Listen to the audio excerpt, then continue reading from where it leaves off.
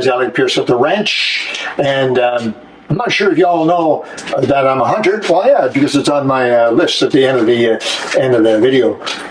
And not only that, I think it's on the list as well. I'm a meat cutter. I used to be a butcher years and years ago. When I was about 14, I got a job at the local A&P, the Great Atlantic and Pacific Tea Company. Maybe some of you remember that. Bigger than Loblaws at one time. But anyway, and so I have a couple of skills. One is hunting, and very skillful in hunting. I've been very lucky, very fortunate over the years.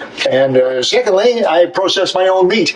If you've been in a grocery store in the meat department, looked around, you have undoubtedly seen. Maybe you can look in here really close, Diana. You have undoubtedly seen roasts of beef, of course, and they're all tied neatly. Look at that. Yeah, it looks like it's mummified.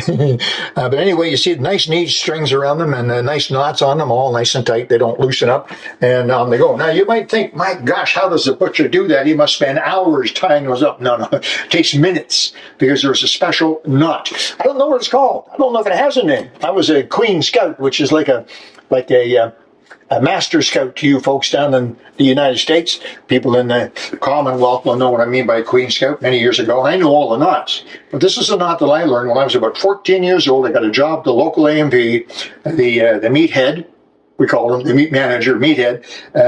Was a chap by the name of Joe, and a wonderful man. Loved him very much. My mother said he was a great man. He must be a relative of ours.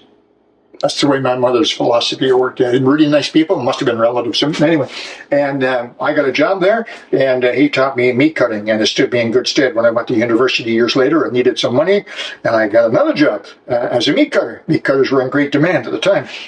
So that skill has really stood me well. Anyway, one of the neat little things I learned, besides how to cut the meat and where the good meat was and so on, was how to tie a roast. Now, these particular venison, this is a venison roast.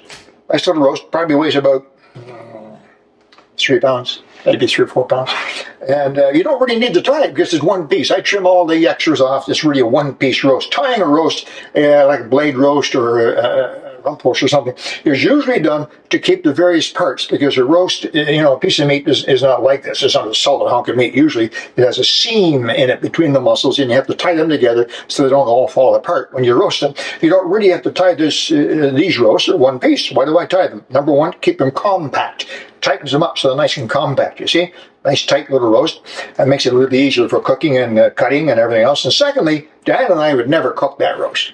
Diana would probably take this roast and cut it at least in half, if not in 3. and then she would have a roast venison for us one night with a third of that. So that's why I tie them. And it's very simple how you tie them. First of all, you need butcher cord. I don't know if you knew that. You have to have cord to tie something. Yeah. Anyway, so you need butcher cord. We shouldn't get anywhere. Go on Amazon, you'll find butcher cord. And then you simply tie it like that. You're watching closely now?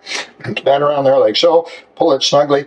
And Joe, my relative, meathead, taught me how to butcher properly, and he said if you do this properly, you have a nice straight row of knots right across the top, not all over the darn place. Makes the little old ladies come in to buy roast, makes them, oh, that's really neat, get that one.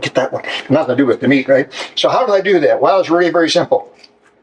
You put this cord where you want it, an inch or so away, and then you take this end, the ball end, not the standing end, and you make a knot. You make a little ball with it like that.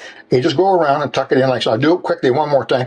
Then I'll do one very, very slowly, and you can watch. So then you pull. And when you get to a certain point, what will happen is it'll jam. That little knot that you made there will jam and holds it tightly, but it will come loose. So then what you do is you put a half hitch after that to hold it tightly. A half hitch, just like that. You take your string, make a loop, grab that loose end, give it a little tuck, and cut it off. Pretty slick, huh? I'll do one very, very slowly for you. You watch, and then if you get a piece of string and a piece of meat or anything, I actually use this a great deal for packaging when I sell things, just moving things, tying up tarps outside in the garage. It's a great skill, a great knot to have. So watch what I'm doing here now. I'm holding the ball end in my right hand like so. I'm right-handed. And I take this end, and I just give it a twist like so. You see? A single twist like so. And I tuck that loose end, the standing end, in like so. Now I have a little knot there. And then pull it to where you want it, nice and straight, the way Joe taught me. Give it a tug. I don't know if you heard that, but there's actually a a little jerk, and that jerks on the string. Now get your half hitch, just like that, reach through, grab that loose end, like that. Take your knife. I'll do one more for you. Just like, now watch closely. See? Loose end in there to your finger.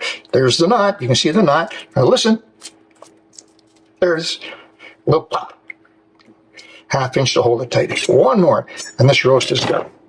I don't know if you, this is interesting to you or not. It's a neat thing to try. If you have a few minutes one day, you can practice making the butcher's knot. And you may find it handy too, as I say, when you're tying up great big tarps, a piece of polypropylene. Sometimes it's really hard to do. So having that butcher's knot handy is pretty good. There you go. There's another venison roast for you, sweetheart. All ready to go.